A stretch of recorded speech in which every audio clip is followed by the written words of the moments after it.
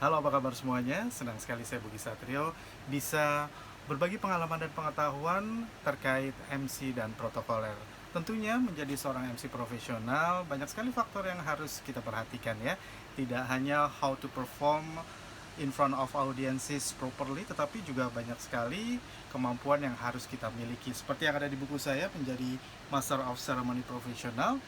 Ini saya tulis berdasarkan SKKNI, Standar Kompetensi Kerja Nasional Indonesia, satu-satunya dan yang pertama di Indonesia. Jadi ketika kita memang mau menjadi seorang MC profesional, kita harus mengerti mengenai public speaking, kemudian pengantar MC atau teknik kita di dalam delivering the messages as a MC, kemudian juga etika, etiket dan estetika, teknik vokal, kemudian pengembangan diri atau self development, kemudian juga ada customer relations, ada leadership, ada teknik komunikasi persuasif, dan tidak ketinggalan ada K3 ya, yakni keselamatan dan kesehatan kerja.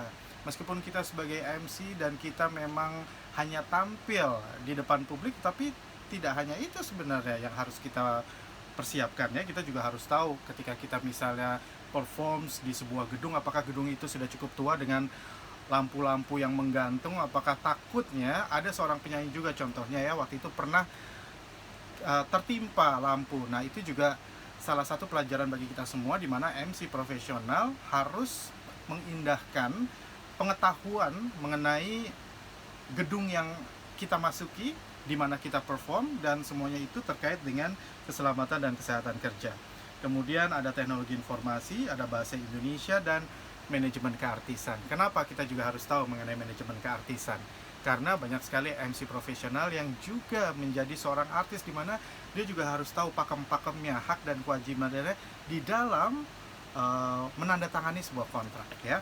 Baiklah, sekarang kita akan berbicara mengenai public speaking. Sebenarnya apa sih yang dimaksud dengan public speaking? Public speaking adalah proses berbicara di depan dua orang atau lebih dengan maksud tertentu ya. Seperti apakah dia menginformasikan, ataukah dia mengedukasi, ataukah dia menghibur, ya, mempersuasi, begitu ya. Jadi ada beberapa hal yang memang ditujukan untuk publik ya di dalam public speaking tersebut, seperti menginformasikan, memotivasi, menghibur, mempersuasi, atau mengedukasi penonton. Kalau dia tidak punya salah satu dari tujuan tersebut, maka kita tidak bisa mengatakan bahwa itu proses public speaking. Itu hanyalah oral communication ya, dimana tetap melalui mulut kita dengan mengeluarkan kalimat-kalimat, tetapi tidak ada tujuannya, sehingga kita tidak bisa mengatakannya itu adalah public speaking. Kemudian ada tipe-tipe public speaking di dalam buku saya, bisa dibaca juga secara lengkap, tetapi saya akan menjelaskannya untuk Anda semua, yakni pidato ya. Kemudian juga ada pidato, ini seperti speech ya, dan salah satu yang kita harus kuasai di dalam public speaking adalah speech, karena speech is very important ya, as a leader, as a public figure, whatever your position ya, I think you need this skill ya. Kemudian ada wawancara, kemudian ada diskusi, kemudian ada upacara ya, ada laporan juga ya. As a leader, so many times you have to make a report in front of your members or your public gitu ya. Jadi kita harus memberikan laporan, dan itu juga merupakan salah satu aktivitas public speaking ya. Kemudian juga ada ceramah, kuliah dan seminar ya, dan juga ada pertunjukan serta presentasi. Semua itu adalah skill dari public speaking. Public speaking ini memang luas sekali ya. Salah satunya juga MC dan protokoler ini adalah public speaking. Makanya di awal sekali kita harus menguatkan mengenai apa itu public speaking ya.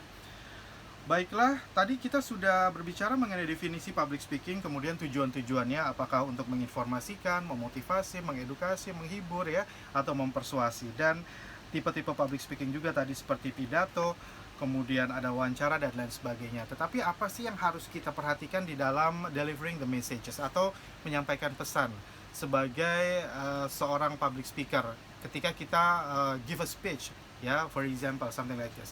Pasti itu ada rangkaian yang kita harus perhatikan. Sebenarnya sih nggak susah ya. Kembali kita hanya memperhatikan opening body closing, hanya itu saja. Tetapi emang disesuaikan dengan kondisinya, disesuaikan dengan temanya, disesuaikan dengan publiknya atau audiensisnya. Apa sih itu opening? Opening itu pertama kali kita harus memberikan greetings ya. Selamat pagi, selamat siang, selamat malam, assalamualaikum, shalom ya.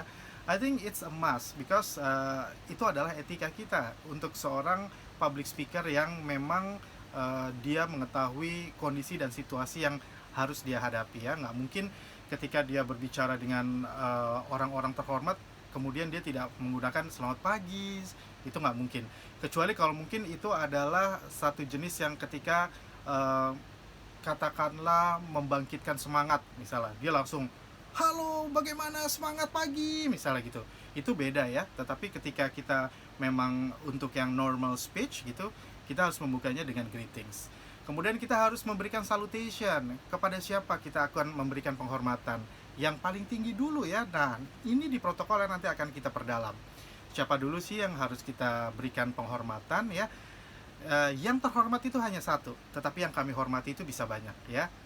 Namanya juga yang paling itu hanya satu ya.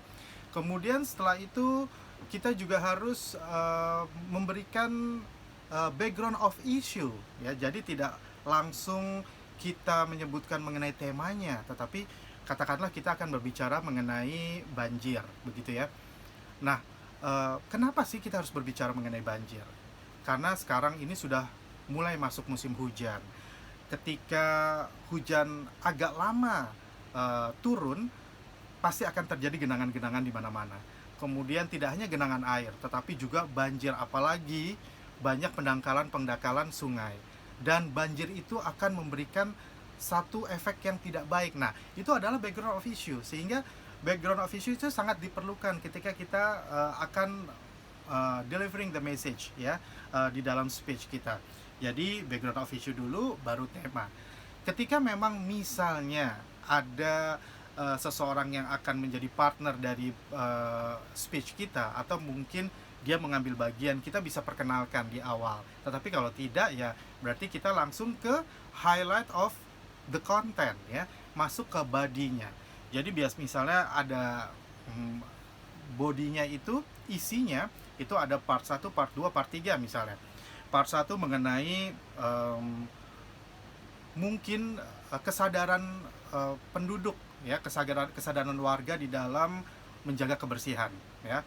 Kemudian part 2-nya adalah peran pemerintah di dalam memperbaiki saluran-saluran air dan pendangkalan, mengantisipasi pendangkalan sungai misalnya. Kemudian yang ketiga, mengantisipasi cuaca ekstrim misalnya begitu dengan teknologi. Nah, 3 part ini harus dihubungkan dengan ada namanya internal summary dan internal preview. Ketika kita sudah masuk ke topik yang pertama, katakanlah tadi contohnya adalah mengenai bagaimana kesadaran masyarakat di dalam menjaga kebersihan, begitu ya. Kita memberikan kesimpulan singkat, kemudian kita memberikan apa yang akan kita ulas di subtopik yang kedua. Katakanlah, ya baik Bapak dan Ibu, kesadaran menjaga kebersihan dan membuang sampah tidak sembarangan serta memiliki tempat-tempat yang memang baik untuk pembuangan sampah, maka itu juga bisa mengontrol atau bisa meminimalkan terjadinya banjir.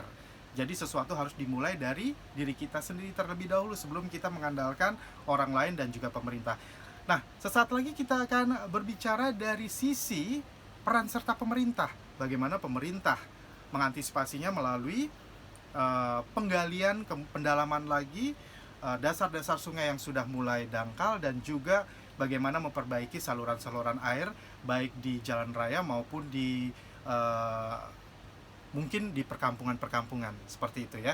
Jadi ada internal summary ya, kesimpulan singkat yang sudah kita bicarakan, dan ada internal preview, apa yang akan mau kita bicarakan selanjutnya. Itu harus menjadi bridging, harus menjadi jembatan antara topik pertama dengan subtopik kedua, atau antara part pertama dengan part kedua. Oke, begitu juga di antara part kedua dan part ketiga. Nah, ketika sudah selesai, maka kita harus memberikan conclusion. Ya, apa sih kesimpulannya? Ya, baik Bapak dan Ibu, tentunya untuk mencegah banjir, kita harus saling mendukung. Semuanya harus berperan serta, tidak hanya pemerintah, tetapi juga kita sebagai individu warga ya. Nah, kemudian kita juga berikan tips-tipsnya di situ ya, bagaimana solusinya, call to action, kemudian bisa juga dalam bentuk wisdom words ya, dalam bentuk kalimat bijak misalnya. Kemudian kita akhiri dengan reminding airtime. Baik, kita akan berjumpa kembali tentunya pekan depan di hari dan jam yang sama. Misalnya nih, ada schedule lagi kita bertemu, tapi kalau misalnya tidak ada, kita bisa berbicara mengenai, baik, kita akan jumpa kembali di lain kesempatan. Selamat siang, kita kasih greetings lagi. Saya Budi Satrio. Wassalamualaikum warahmatullahi wabarakatuh ya. Jadi kita bisa tutup dengan closing statement seperti itu. Jadi sebenarnya tidak susah untuk memberikan speech. Baik, nanti kita akan berbincang-bincang lagi dari sisi lain di pekan selanjutnya atau di episode selanjutnya, tapi masih dalam rangkaian public speaking ya, karena kita harus menguatkan dulu public speaking kita untuk menjadi seorang MC yang profesional. Saya Budi Satrio, terima kasih atas perhatian Anda. Kita akan jumpa kembali di lain kesempatan. Sampai jumpa.